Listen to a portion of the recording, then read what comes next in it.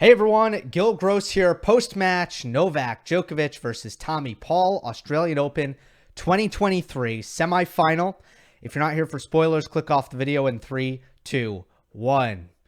Djokovic 10 for 10 in Melbourne semis, beats Tommy Paul, straight sets up the final against Stefanos Tsitsipas. The only man who has taken a set off of Novak remains Enzo Quacco.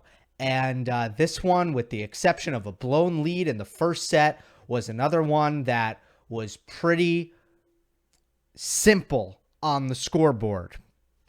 So let's kind of go through it. I think this match was one that flowed in a couple of different directions, so I want to take it chronologically. Very, very sloppy right off the beginning of the match. Lots of unforced errors from both players. I thought the big difference in the early going was Djokovic came up with clutch serves. Tommy Paul didn't. So with all of the sloppy play back and forth, that was the separating factor, and Djokovic built up a 5-1 lead off the back of his serving. But then it was like, all right, who's going to relax first? It was a little bit strange that Novak was so off kilter. I'm not sure exactly what the reason is, but I suppose he still is human. It's a major semifinal. He's the heavy favorite. I don't know. For Tommy Paul, it was very understandable. Biggest match of his life, unequivocally. But Tommy relaxed first in this match. 5-1 down. All right, I'm going to lose this first set. Just completely loosened up and relaxed. Djokovic hadn't yet. So the backhands was the footwork just wasn't really right on the backhand, kept getting it wrong. More backhand errors in this first set than you'll really ever see from Novak Djokovic. One of the worst backhand sets I've seen from him. And the forehand just wasn't flat and penetrating as much as it has been all tournament long, which was giving Paul a chance just to have extra time to set up on his forehand and to actually play his best dictating tennis of the match, really his only dictating tennis of the match. So he mounts a comeback here, back to 5-all. But then as soon as the nerves set in, I think in that 5-6 game, Djokovic applying the scoreboard pressure, and he just puts the clamps down. It's a classic Djokovic game in the sense that he's going to do a lot of running. He's going to make all of his returns, play some great defense, and he gets 4 unforced errors from Tommy Paul here to break serve. So very mental set here, very sloppy set. The majority of points in this one was unforced errors. Literally 75 points played total, 43 unforced errors. A little bit concerning for Paul after that first set because you know that Novak is going to start to play better. And that's kind of what happened. Coverage of the Australian Open is brought to you by BetUS. For this year's AO, play with America's favorite sports book. Get $125 extra on your first deposit using the link in the description and the promo code GIL. Moving on into the second set. Good start initially for Novak in a way. He gets the early break of serve, but then Tommy starts to play some cleaner tennis, and it gets very, very physical. And Tommy responds to that physicality better than Novak in some ways. Clearly, Tommy has more wind in his lungs. He's not showing as much fatigue as Djokovic, but there's this really long 2-love game where Tommy has a lot of chances, and Novak just continues to come up with the goods and kind of scraps and claws his way out of that game. Even after the change of ends with Djokovic up 3-love, he's still not recovered. He's still breathing very, very heavy. I'll talk about this heading into the Tsitsipas match because this was something that was kind of interesting to see how affected Novak was when they played those lung-busting rallies over and over again. So at this point, there's clearly one path to victory for Tommy, which is to try to get to Djokovic's lungs and to use the cardio advantage.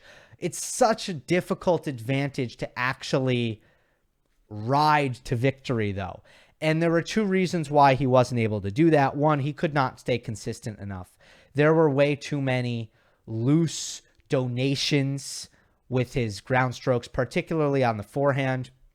In order to really win on cardio, you have to keep the pressure on. You cannot relent with errors under any circumstance.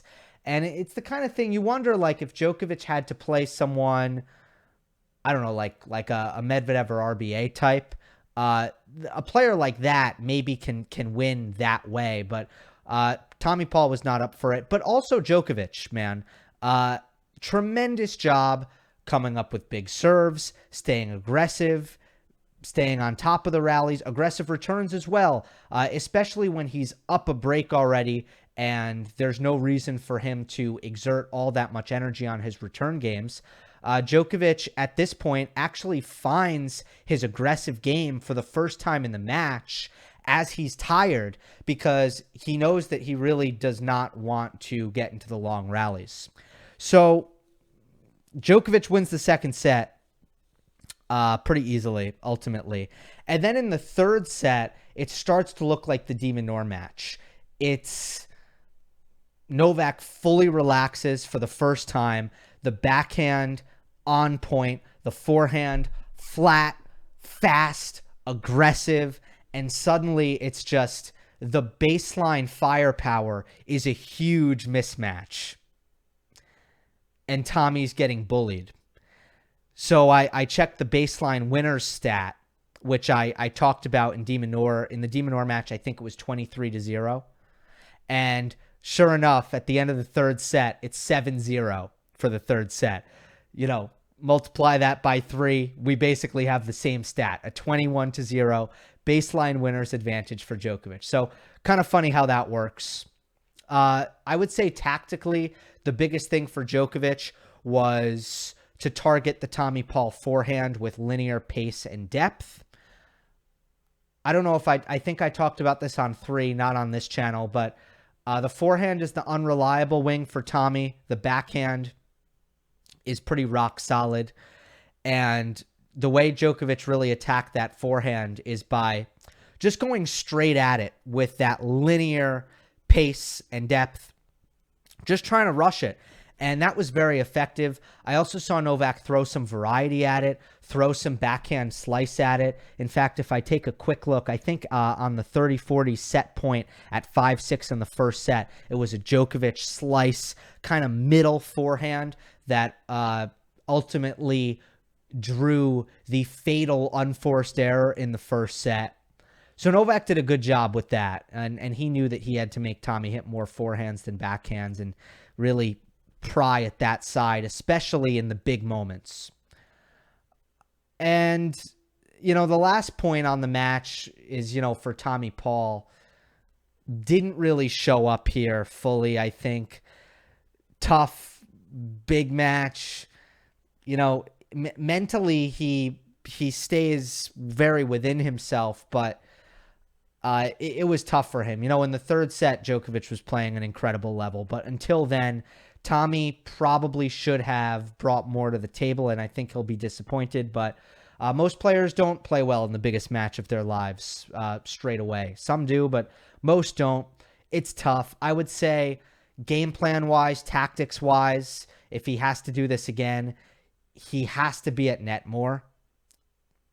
8 of 14 for the match. Now, you could say, well, that's not a very good win percentage, so, how could you tell him to go up there more? It's just based on how he is successful in this matchup with his lack of baseline firepower and how well Djokovic moves and defends and how good Djokovic is going to be at putting all the returns in play.